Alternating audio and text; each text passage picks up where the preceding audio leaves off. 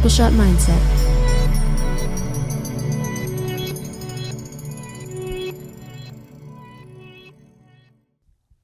You know, I've been getting compliments on the dating apps.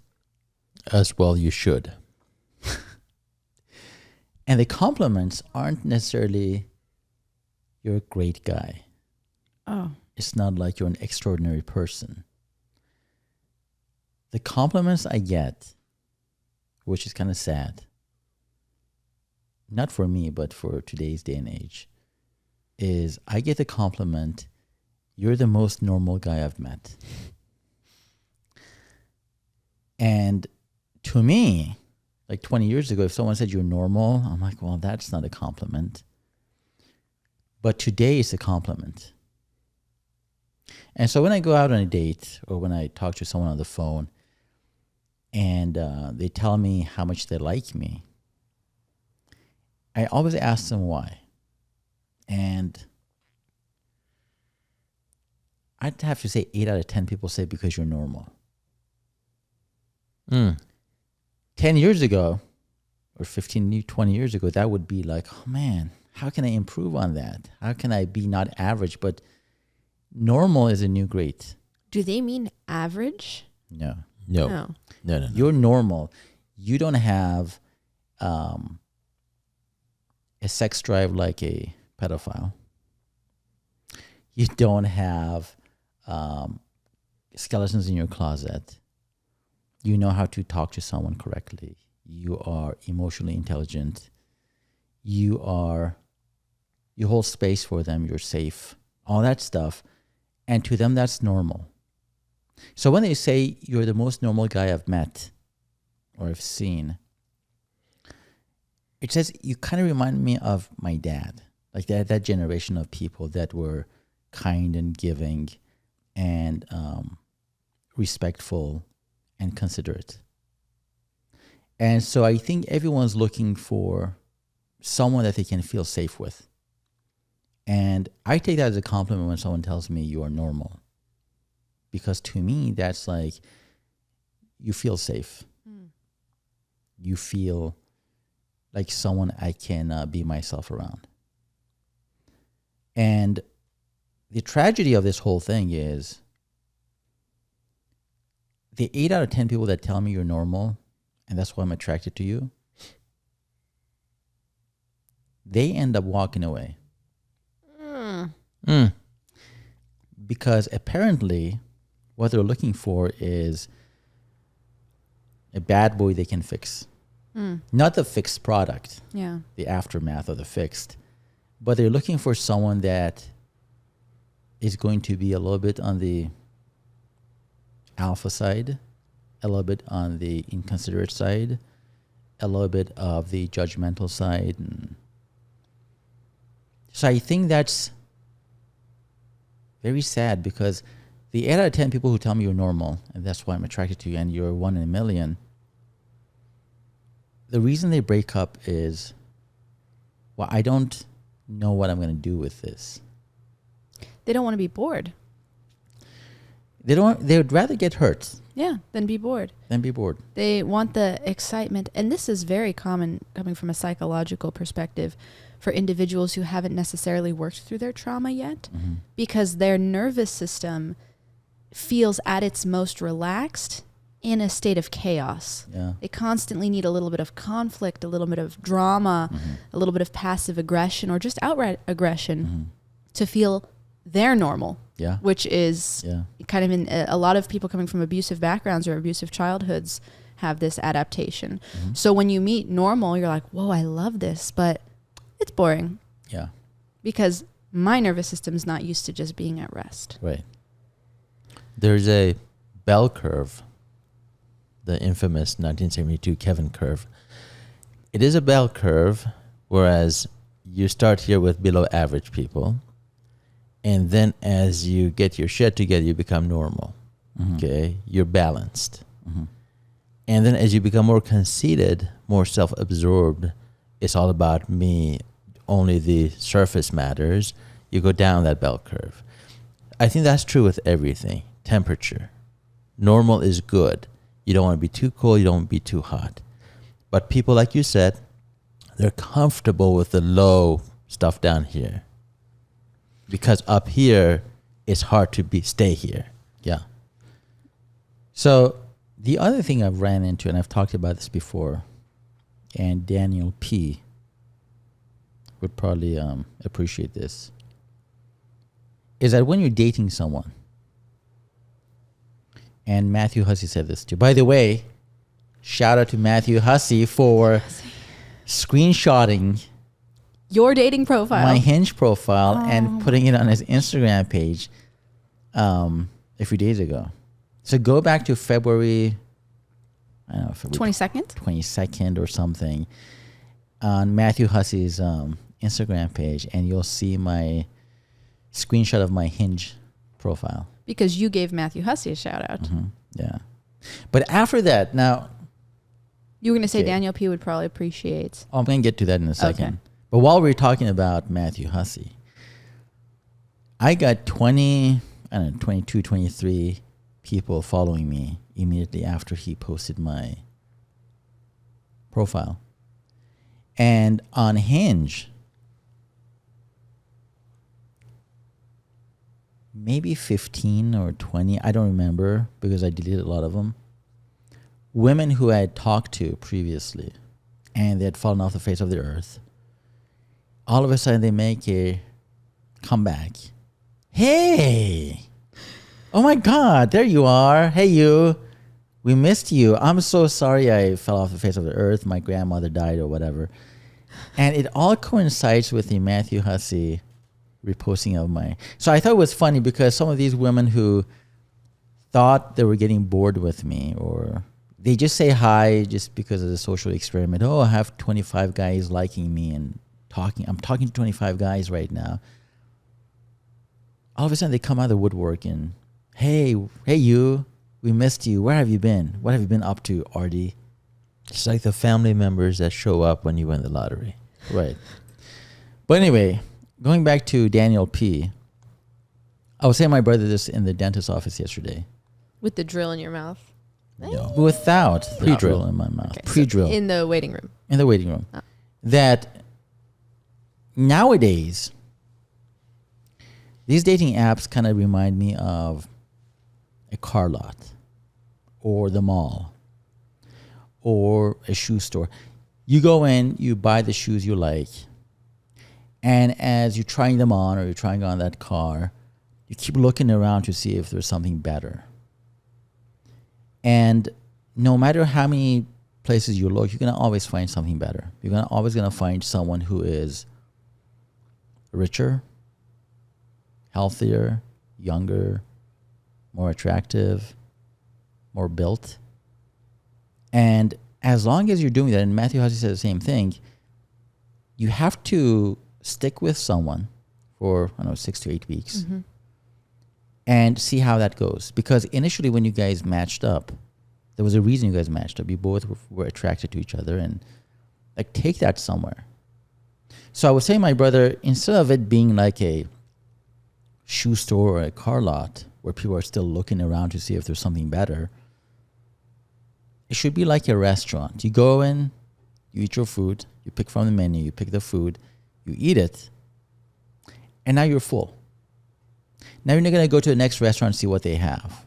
Because to me, the reason I don't like dating apps anymore, to me it was like a high to wake up in the morning and see 14 girls liking me. I'm like, oh, look. And I didn't want to delete them for a while. Even though some of them I didn't like, I kept them on there because when I logged in every time, I would see, 28, 38, now 41. And that gave me a dopamine high that like, wow, all these women like me, validation, ching, ching, ching. But I decided if I find someone that I'm going to date, I'm going to pause my Hinge app and follow the words of Matthew Hussey and give it 6 to 8 dates or weeks or whatever to see where it goes. Because if I'm constantly looking for the next best thing, I'm doing that person a disservice and myself. This is why 20 years ago, dating was better. Relationships were better because you did not have a car lot on the palm of your hands. Mm-hmm. you would have to go to the mall to meet somebody. Then you would commit to them because you don't want to go through that whole shit again of approaching a woman and get rejected. You would find somebody that was attractive and you gather your guts to go and ask him out. And just because you did that and you don't want to go through that again, it's not convenient to do that. You would stick with that person and give him a shot. You would be forgiving of their, imperfections. Yeah.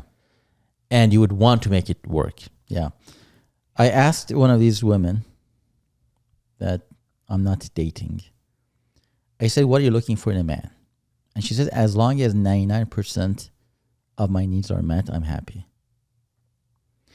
99%. And her needs were someone to massage my feet after hot yoga.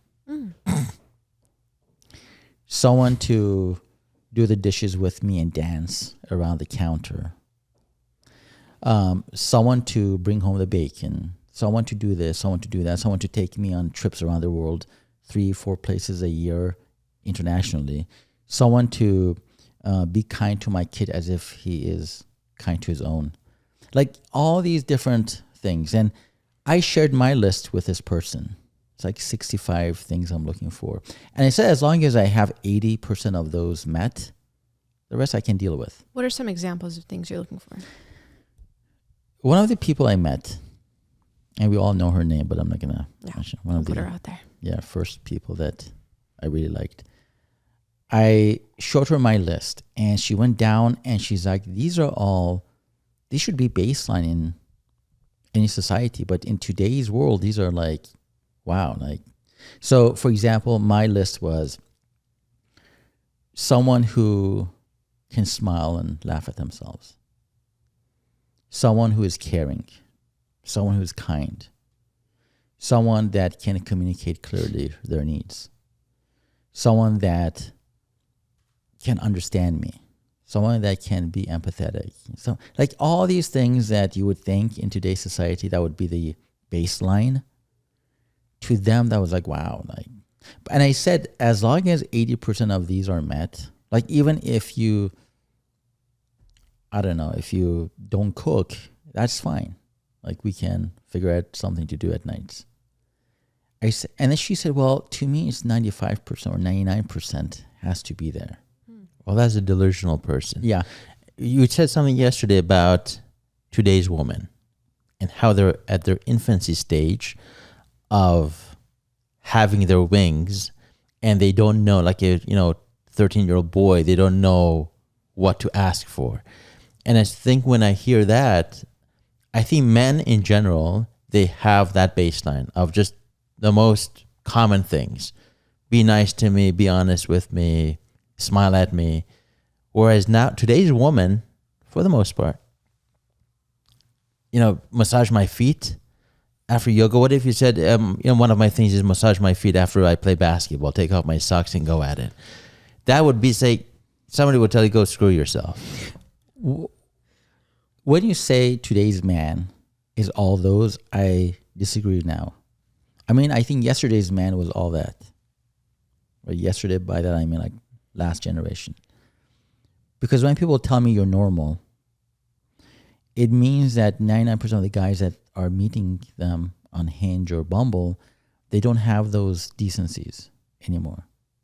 And they talk about body counts. They talk about, can I sleep with you before we get the date started just to see if I'm physically attracted to you? And so that's why they tell me you're normal, because what you're talking about 20 years ago, 15 years ago, that was the norm. But the people nowadays, whether you're 25 or 45 or 50 or whatever, like your standards have changed because... Standards have changed, but I'm talking about what you want in a relationship. Well, yes and no, because a lot of these guys a lot of the women that I talk to, they say the guys that they date, their baseline has changed. Their baseline is no longer, I want kindness, I want love. I'm sure that is in the mix, but the way they approach the women is all sexual.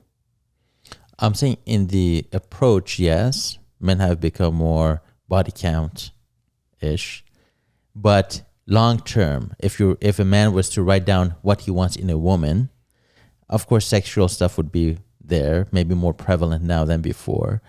But at some point, they're going to say somebody I can come home to and just have a regular conversation with, somebody that will listen, appreciate me. Whereas the women I see from your explanations, they've upped that to like somebody must travel with me. Do you think 30 years ago that was a thing? I want somebody that travels with me, massages my feet after I come from yoga. Hot yoga, dances around while washing dishes, put the kids to bed while I'm doing my thing, having my time. So I think one of the issues with social media and the glorified novels like the 50 Shades of Grey, I think they paint a very romanticized picture, an idealized picture in women's heads about men, about relationships. Because when I read these things, I'm like, you have 2 kids, 3 and 8, for example. You want to go to 4 places around the world. You are a clerk at the city clerk's office in Orange County, but you're getting paid $23 per hour. How can you afford to go to Bali and all these places on that salary? And I think there's a unrealistic expectation of what they're looking for. So when they find someone normal, quote unquote, it's not as exciting as if it was a man who had an attitude problem, who treated them like shit and promised them 3 trips a year and reluctantly went on one of them, and she hated it. So that would be more of a excitement. Can I also reference the Amanda theory of women's inner development of 1992? Oh, that's 1992. Yeah. So what I was telling Kevin yesterday is this, what he already mentioned, which I think women are in their infancy stage as free people in the world. Because for a long time, women were just the accessories of the household, housemaker, housewife. Now women can afford to be self-supported. They can have bank accounts in their own name. They can vote. But it took men, I think, hundreds of years to reach the level of realism and maturity that they are in now to be able to say, I know a relationship can be built on really simple, fundamental things that may be considered boring. But women, that's what I meant by having that maturity level of like a 12 or 13-year-old boy. They're new to the scene. So they're like, oh, I want everything. I want top, top, top, top, top. And I see it in 50 Shades of Grey and Twilight and How to Lose a Man in 10 Days and all these different rom-coms. Like, I should be able to just ask for it and get it. Yeah. But they don't have the generations of experience that men have in selecting a partner, because I think for women, partners were either selected for them or kind of just socially selected. Like, look, he makes enough money. He can afford the white picket fence. Go, go, go. Now they're out there first time on the scene like, oh, let's see what I can get away with. Yeah. And yeah, there are going to be a lot of misses and losses because they're, I think, passing up on the simple and going for the idealized, and that's going to hurt. I read one of these girls had written on her profile that I finally am getting what I'm wishing for, right? And I messaged her, I said, what does that mean? She said, for the first time in my life, I'm getting the respect from other women in my circle. I'm getting everything I wanted, but I wish I would have gotten it sooner. And I asked her, what does that mean? And she said, now that I'm 45, I'm making the kind of money that I can show off to my friends that I made it. I can show off to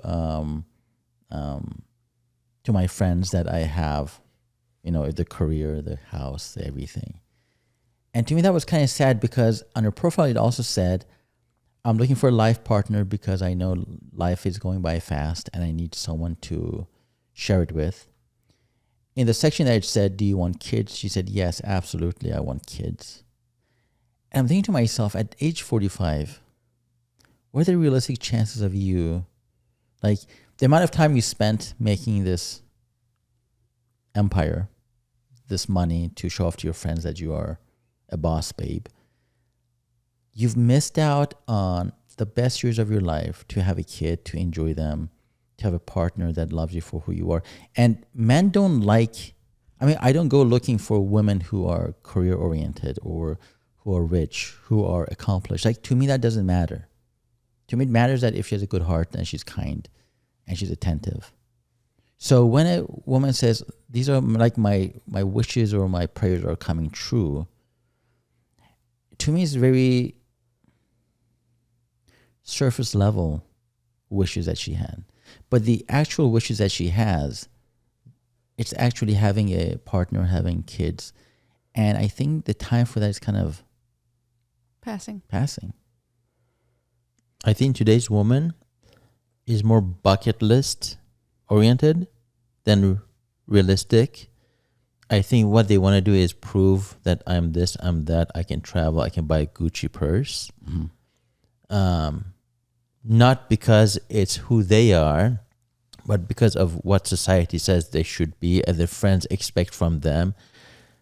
So it is very sad, because once you have a child, a woman will realize none of that shit matters. It doesn't matter how many countries you've been to. Well, not every woman. No, I know. It's just I'm just making a statement from people I've seen lately that to them, a purse, status is more important than being humbled by a child and experiencing different wealth in a different way.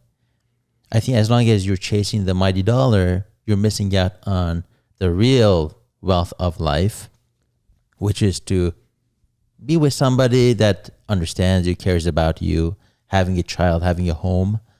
But they run out of that. They don't want that right now. They want to do something else with their life. Even if the women I was going to say fall in love with, the women I meet, the women I meet, out. Right? Shit. See, I didn't have to finish that sentence, but I did. Yeah.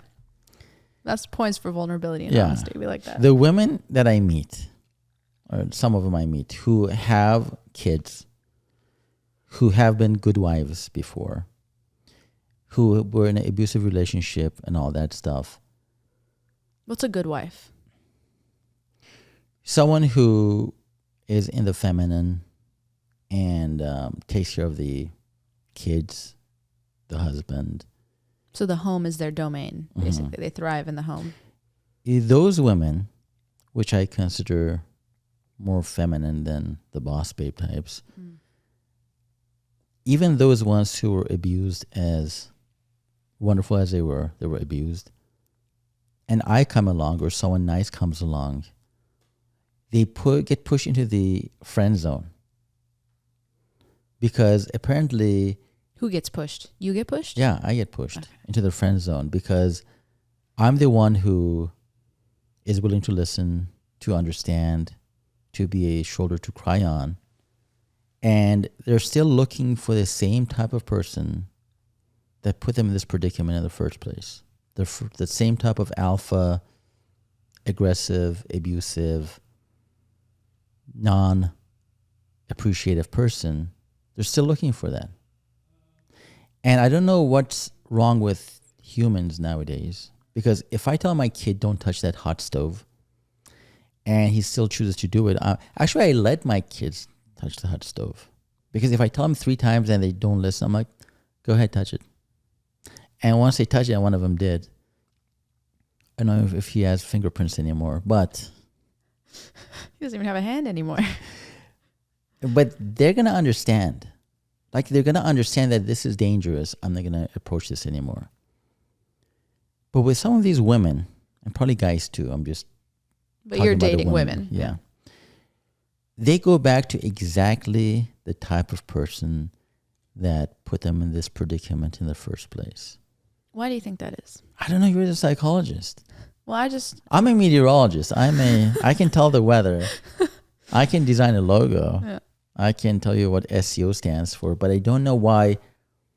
And especially later on in life, if you're like 35, 40, 45, and you say you wasted 10, 15, 20 years of your life with a kind of person that didn't appreciate you, why are you dismissing the person that will appreciate you? That is the opposite of your husband. And I've heard that 3 or 4 times, you're the exact opposite of my husband. You're so different. Wow, you're normal. Wow, I can get along with you, but I can't date you because you're too good. I have a theory. Do you have a theory, Kevin? He has many theories. The 1972. That was a Kevin bell curve. Bell curve. I liked that a lot. I read. You read? Sometimes. I just learned how. That's odd. I read that people have to, if they don't work on the trauma very intentionally and consciously on their own or with a therapist, what people usually do to heal is go back to someone with the same energy or an environment with the same energy that the original wound happened in. And you see this a lot with children who grow up with, let's say, a very passive-aggressive or abandoning parent. They will go looking for a partner who's very passive-aggressive or emotionally abandoning because they're drawn to that situation to try and heal it. But typically people don't have all the tools they need the first go-around, the first relationship, the first marriage, whatever. So what I'm thinking is for a lot of women and men, they're attracted to the same energy because they haven't consciously set the intention to heal whatever that is within them and focus on that. So instead, they just want to kind of go back to the situation and relive it. In their mind, they're going to try to relive it differently. But we know that when people are traumatized, no matter how conscious you are about it, your triggers hit you and you don't have control. You are the victim of your own impulses. Yeah. So my guess is they see you, they like you, but there's no attraction on a deep level because they don't think they're going to be able to heal from the old traumas with you because you're not going to trigger them the same way. Yeah. So they need to go back to the old situation to try and relive it and fix it in their own way. It's not the most effective, efficient way of healing, as we know, but it's something that I think humans just do instinctively. Yeah. Yeah. Triple Shot Mindset.